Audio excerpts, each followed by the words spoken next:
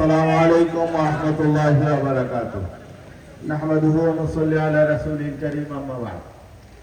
ইসলামী আন্দোলন বাংলাদেশ কাপাসিয়া উপজেলা কর্তৃক আয়োজিত আজকের এই বিশাল গণসমাবেশের সংগ্রামী সভাপতি, আজকের অনুষ্ঠানের প্রধান অতিথি, বৈষম্য বিরোধী আন্দোলন এবং ৫ই আগস্ট ছাত্র গণ অভ্যুত্থানের অগ্রনায়ক, ইসলামী আন্দোলন বাংলাদেশের সিনিয়র নায়েবে আমির হযরত মাওলানা মুফতি সৈয়দ মোহাম্মদ ফয়জুল করিম শাইখে চরমনাই, উপস্থিত ইসলামী আন্দোলন বাংলাদেশের কেন্দ্রীয় নেতৃবৃন্দ, গাজীপুর জেলা শাখা নেতৃবৃন্দ, কাপাসিয়া উপজেলা শাখা নেতৃবৃন্দ, সাংবাদিক বন্ধুগণ ও আমার দেশপ্রেমিক ভাইরা, আমি আজকে এই কাপাসিয়ায় আমার বক্তব্যের শুরুতে স্মরণ করছি বাংলাদেশের প্রতিষ্ঠাতা প্রধানমন্ত্রী বঙ্গতাজ মরহুম তাজউদ্দিন আহমদকে, যার অক্লান্ত পরিশ্রমে, যার ত্যাগ কুরবানিতে আমরা এই স্বাধীনতা পেয়েছি। স্বাধীনতার অন্যতম সংগঠক ছিলেন, তাকে কিন্তু আজকে সেভাবে স্মরণ করা হয় না। আজকে বাংলাদেশের পরিবর্তিত পরিস্থিতিতে আজকে আমরা ইসলামী আন্দোলন বাংলাদেশ কাপাসিয়ায় যে সমাবেশ করতে পারছি, এর জন্য শুকরিয়া আদায় করি আলহামদুলিল্লাহ। বিগত দিনে কাপাসিয়ায় একটি রাজনৈতিক সংগঠন ছাড়া কেউ ওপেনে কোনো রাজনৈতিক প্রোগ্রাম করতে পারত না। আজকে তাদের বিদায় হয়েছে, আওয়ামী দুঃশাসনের বিদায় হয়েছে, তাদের পতন হয়েছে, এবং তাদের এই যে আওয়ামী লীগের আজকে দুরবস্থা, এটার জন্য দায়ী হইল এই ফ্যাসিস্ট সরকারের প্রধানমন্ত্রী কথিত প্রধানমন্ত্রী শেখ হাসিনা। ঠিক না? সেই আওয়ামী লীগকে ধ্বংস করেছে, দেশটা যেমন ধ্বংস করেছে, আওয়ামী লীগকেও সে ধ্বংস করে গেছে। আওয়ামী লীগের নেতা কর্মীদেরকে তিনি আজকে একটা দুঃসহ অবস্থায় ফেলে তিনি দেশ ছেড়েছেন।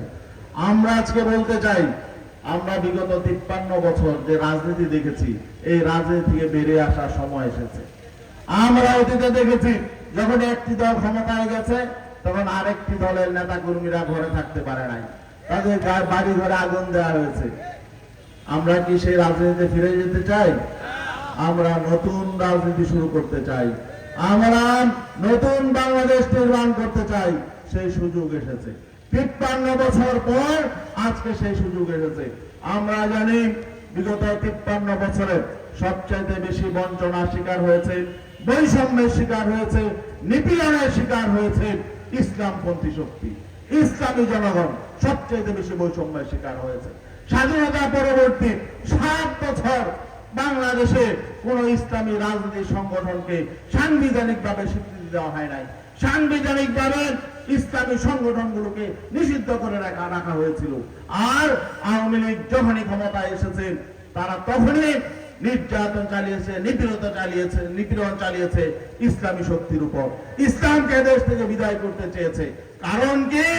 কারণ হলো ইসলাম এবং মুসলমানরা হলো বাংলাদেশের স্বাধীনতা সার্বভৌমত্বের রক্ষা কবচ।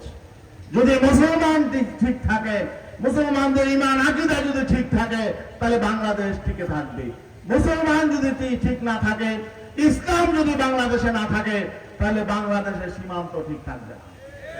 এই জন্যই আওয়ামী লীগ বারবার ইসলামের উপর আঘাত করেছে, ইসলামী শক্তির উত্থানকে তারা দাবিয়ে রাখতে চেয়েছে।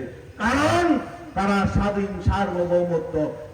সার্বভৌম বাংলাদেশ তারা স্বীকার করে নাই। তারা ভারতের অঙ্গরাজ্য হিসাবে দেশটাকে প্রতিষ্ঠা করতে চেয়েছিল। এখন সুযোগ এসেছে বাংলাদেশকে এগিয়ে নিয়ে যাওয়ার, সুযোগ এসেছে বাংলাদেশের মুসলমানদের এবং ইসলামী শক্তিকে এগিয়ে যাওয়ার। একটু আগে আমাদের এখানে হিন্দু কমিউনিটির এক ভাই বক্তব্য রেখেছেন। তিনি বলেছেন, প্রকৃত ইসলাম কোনোদিন সংখ্যালঘুদের নির্যাতন করে না। প্রকৃত ইসলাম কোনোদিন শুধু সংখ্যালঘুদের কেন, প্রকৃত ইসলাম কোন মানুষকেই নিপীড়ন করে না। ইসলাম সকলের জন্য নিরাপদ, সেটা প্রমাণ করেছে ইসলামী আন্দোলন বাংলাদেশ। ইসলামী আন্দোলন বাংলাদেশ বাংলাদেশের সকল নাগরিকের জন্য নিরাপদ। ইসলামী আন্দোলন বাংলাদেশ বাংলাদেশের সকল রাজনৈতিক দলের নেতা কর্মীদের জন্য নিরাপদ। ইসলামী আন্দোলন বাংলাদেশ যদি আগামীতে সুযোগ পায়, যদি রাষ্ট্র ক্ষমতায় যেতে পারে তাহলে দেশের সকল মানুষ শান্তি পাবে, নিরাপত্তা পাবে, তাদের অধিকার ফিরে পাবেন। এই জন্য ইসলামী আন্দোলন বাংলাদেশ সকল দেশপ্রেমিক নাগরিকদেরকে, বিশেষ করে যারা ইসলামের আলোকে একটি কল্যাণ রাষ্ট্র চায়, তাদেরকে আগামী নির্বাচনকে কেন্দ্র করে ঐক্যবদ্ধ হওয়ার আহ্বান জানাচ্ছে। আপনারা সকলে ঐক্যবদ্ধ হন, ঐক্যবদ্ধ হয়ে ভালো মানুষকে আপনারা নির্বাচিত করবেন।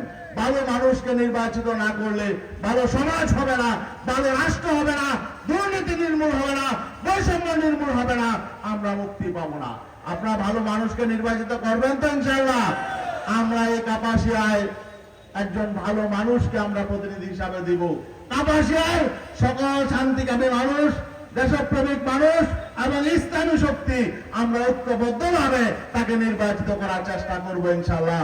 এই বলে এই আহ্বানকে শেষ করছি। সালামু আলাইকুম।